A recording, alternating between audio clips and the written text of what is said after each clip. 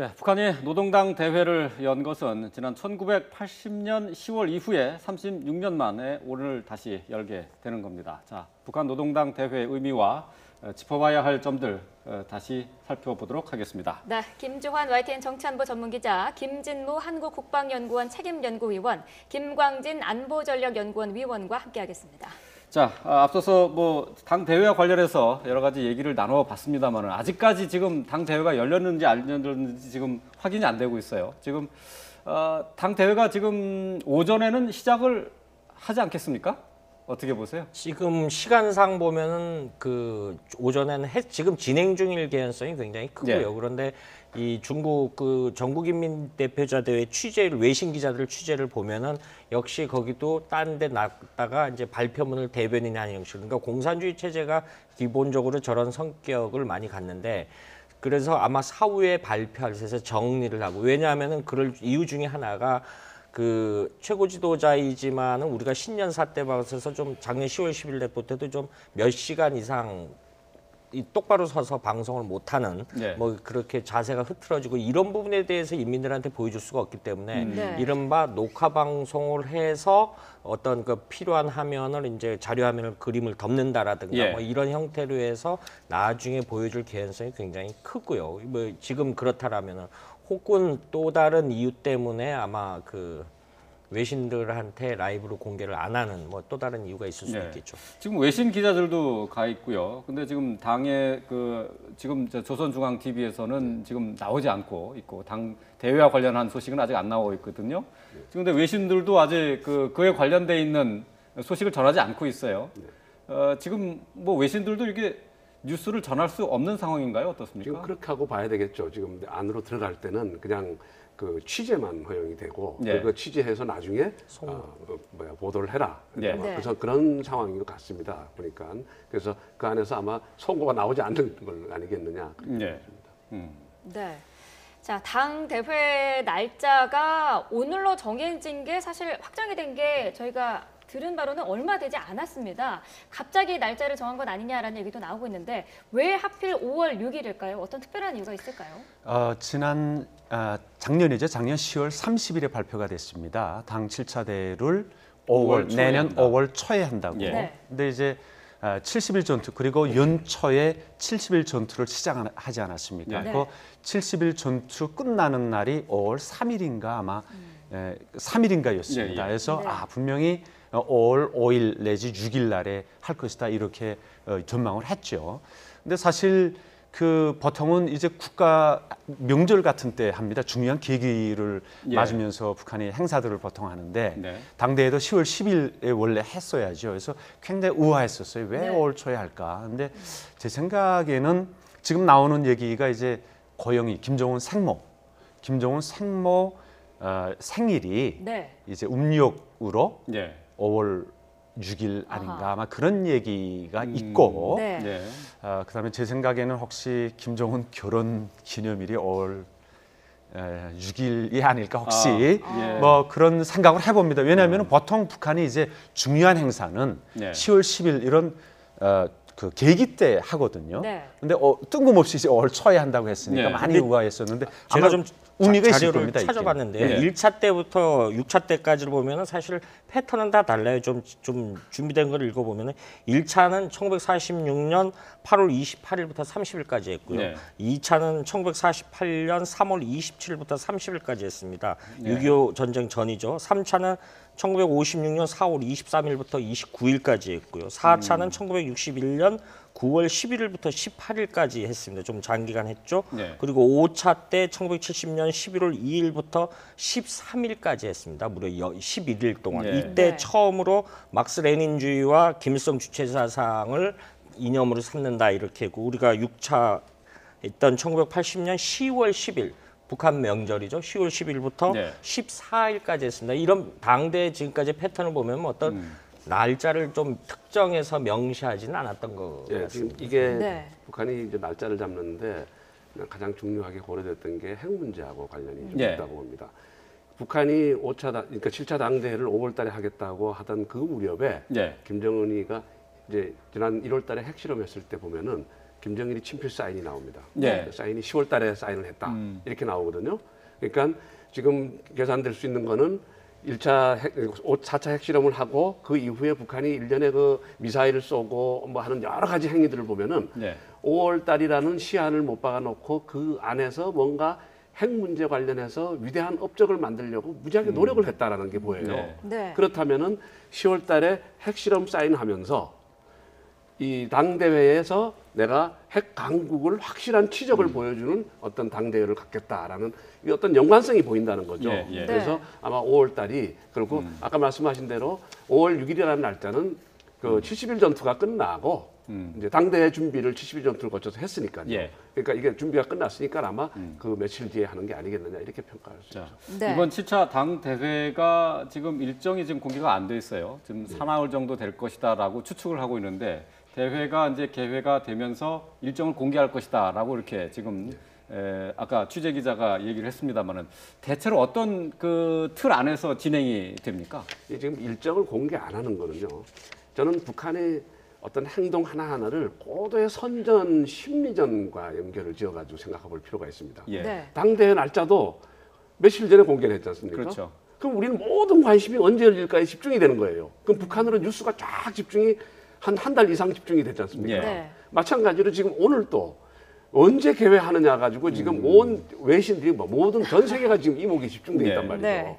이것도 하나의 심리전 전술이다. 이제 그렇게 네. 볼 수 있고요. 아, 그런 네. 시각에서 봐야 되는군요. 예, 이제 그러니까 북한의 행동을 그러니까 예를 들면은 무슨 미사일을 쏘고 그런 거 할 때 꼭 금요일 날 뭐 발표를 한다든가 금요일 날 도발을 한다든가 예. 아니면 미국 독립기념일인 7월 4일 날 미사일을 쏜다든가 이게 다 심리전적인 어떤 고려가 해서 나온 거거든요. 네. 지금 이것도 지금 아주 모호한 상태를 유지하면서 예. 이 사람들의 어떤 호기심을 자극하는 그래서 자기들의 잔치를 극대화시키려고 하는 예. 그런 전략 전술이 포함되어 있다 이렇게 보고요. 네. 아까 말씀하신 그거는 이제 첫날은 그러니까 사업 총합 평가 보고입니다. 이제 예, 지난 예. 36년 동안 할아버지 아버지가 했던 업적 그리고 자기가 4년 동안 했던 업적을 보고하고 예. 그 다음에 거기에 대해서 이제 평가를 하고 둘째 날에는 그 중앙검열위원회가 보고를 하는데 그거는 우리 감사원 같은 겁니다. 예. 그러니까 전체적으로 사업을 추진하는데 비리가 없었다. 예. 그래서 모든 사람들이 성심성의껏 충실성을 가지고 진행했다. 이제 그런 것을 예. 보고를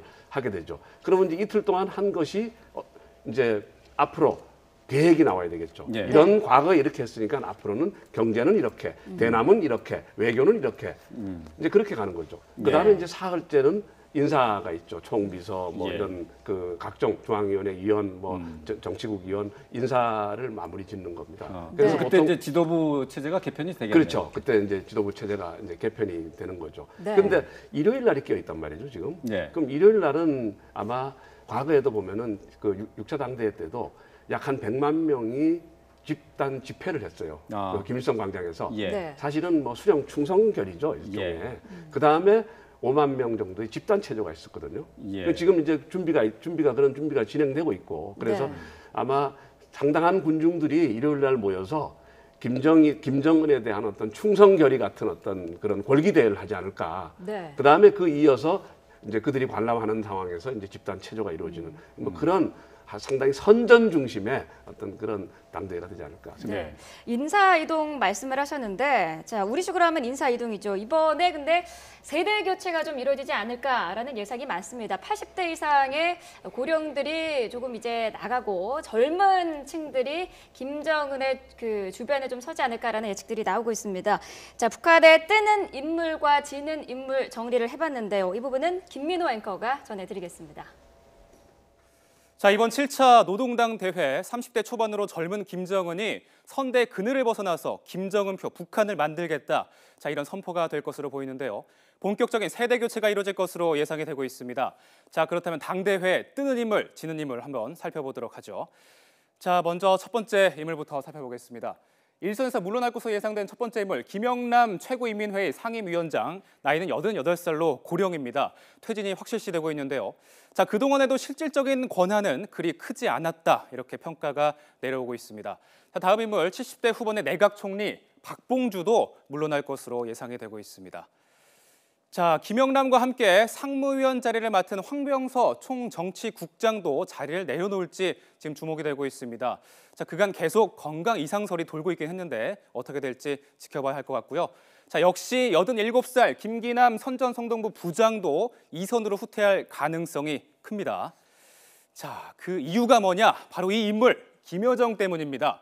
김정은의 여동생이기도 한 김여정, 29살로 굉장히 젊은 나이입니다. 김정은이 중요시하는 백두혈통으로 실세라고 평가를 받고 있습니다. 현재 직책은 김기남 선전성동부 부장의 아래에 있는 부부장으로 알려져 있는데 이번에 김기남을 밀어내고 부장 자리로 승진할 수 있다. 이런 전망까지 나오고 있습니다. 자, 김기남이 맡고 있던 당 비서까지 한 번에 맡을 수 있다. 이런 예상까지 나오고 있는 상황입니다. 자, 최근 대장에서 차수로 승진한 리명수 총참모장에게 어떤 식으로 힘이 실릴지도 관심입니다. 지난 2월에 숙청된 리영길 후임인데요. 미사일 시험 발사 때 김정은과 함께 참관한 인물입니다. 자, 58살 정도로 추정되는 조영원 노동장 조직지도부 부부장 역시 부상할 수가 있습니다. 지난해 현지 시찰 수행 횟수 따져보니까 2위로 나타났습니다. 고위 간부의 인사권을 포함해서 당 생활을 감시 통제하는 조직지도부에서 역할을 해왔습니다. 자, 지금까지 제가 언급드린 인물 외에도 앞선 당 대회처럼 당위원회 70%가량이 젊은 세대로 교체될 것으로 전문가들은 예상하고 있습니다. 네, 김민호 앵커가 정리한 것처럼 이번 당대회를 통해서 북한 지도부의 세대 교체가 예상이 되고 있습니다. 자, 지금 김민호 앵커가 정리한 것처럼 지금 일단 김영남은 확실하게 퇴진하는 것으로 그렇게 나와 있네요. 지금 통일부 자료에 보면 김영남 최고인민회의 상임위원장 나이가 1928년생으로 돼 있습니다. 88세로 그 김일성 예. 때부터 이제 명목적인 북한의 국가 수반을 예.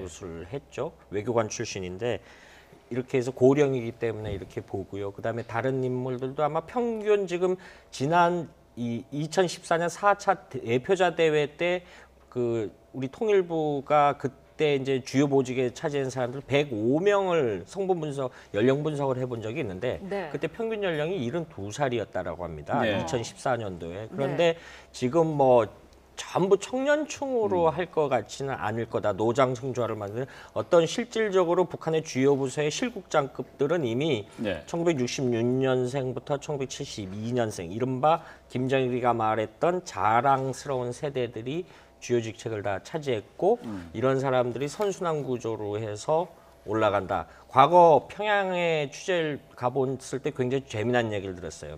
TV에 나오는 이제 이춘희 아나운서 같은 경우를 내려서 북한에 저를 안내했던 그 당시 인사들이 그 고령층은 이제 좀 퇴진 좀 했으면 좋겠다. 네. 모든 보직에서 우리도 그래야지 좀 기회가 올 거 아니냐. 그렇겠죠. 인사 쉽게 말해서 인사 적체가 북한도 나름대로 심하다 이렇게 네. 평가를 할 수 있겠죠. 이런 네. 부분에 대해서 좀 세대 교체 관점을 좀 바라볼 수 있을 것 같고요. 네. 네, 근데 지금 우리가 지금 세대 교체 얘기, 그 대폭 물갈이 이게 어디서 나오냐면요.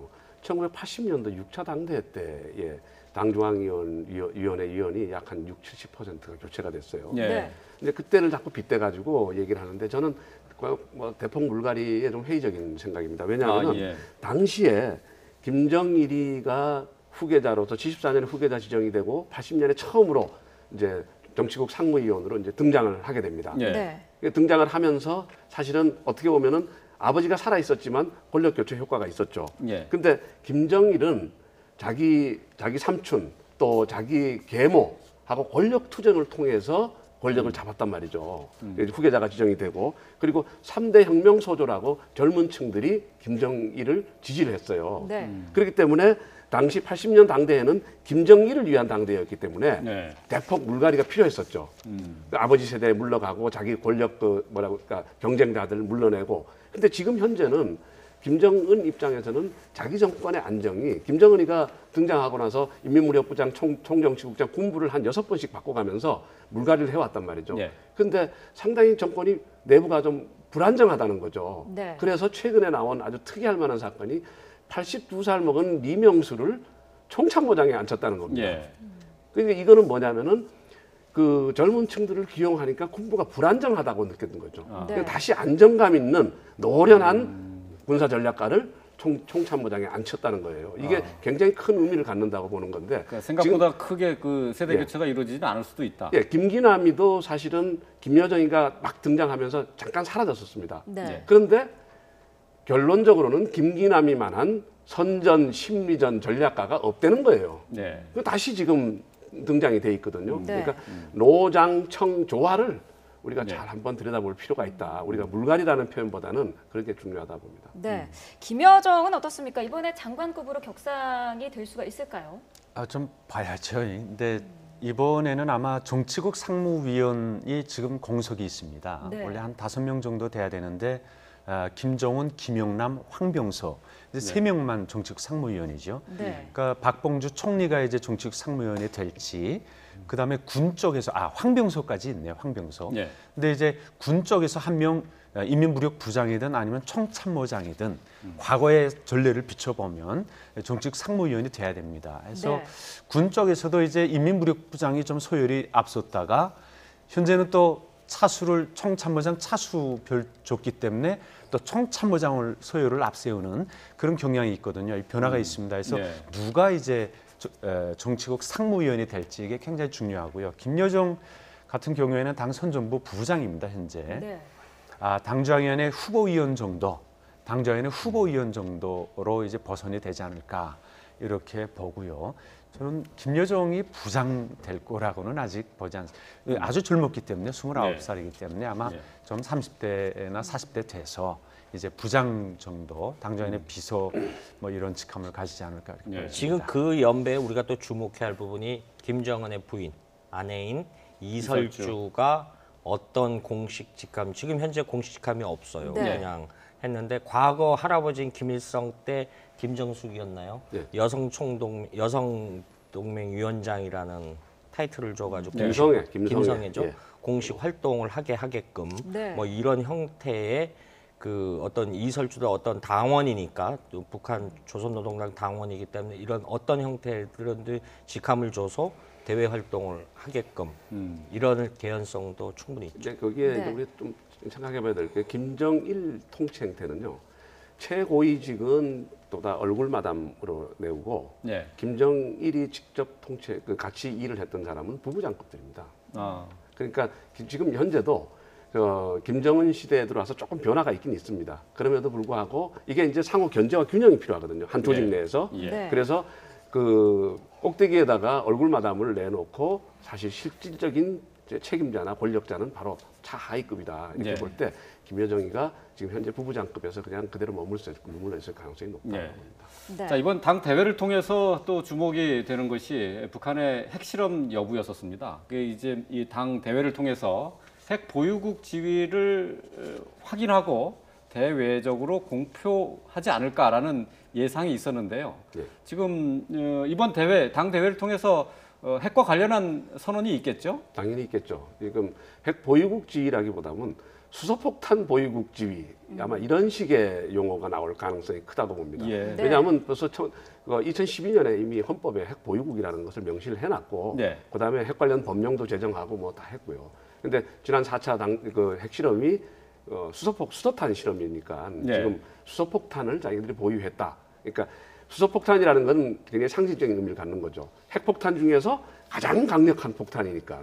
그래서 수소탄을 가지고 얘기를 하려고 하는데 이번에 핵실험을 안 했던 이유는 미사일의 일단 실패가 아마 핵실험을 일단 안 하게 한 게 아니겠느냐. 이게 첫 번째 원인이고요. 예. 네. 두 번째는 중국이나 이런 특히 중국의 태도가 너무 강경하니까 예. 아마 조금 후퇴한 게 아니겠느냐. 이제 그렇게 봅니다. 과거 그러면- 2012년에도 4월 달에 이제 미사일 쏘고 그다음에 이어서 핵실험 하려고 했는데 미사일이 실패했어요. 예. 그 핵실험을 보류를 해버렸거든. 이제 그런 전례가 있습니다. 어제자 조선중앙TV 보도문 중에 좀 주목할 만한 게 있습니다. 핵과 관련해서 인정하든 말든 우리는 핵 보유국이다. 인정하든 말든 이 발언이 갖는 이게 굉장히 중요하다 보니 게 지금까지는 국제사회가 우리로 인정하게끔 이른바 뉴클리어 웨폰 스테이트로 인정을 해다 NPT 국가들 예. 5대 국가들이시죠. 그런데 과거 파키스탄이라는 나라가 사실 국제사회가 인정을 안 했어요. 근데 세월이 지나서 사실상 핵보유국으로 인정을 하고 있거든요. 네. 무기나이나 그러니까 이른바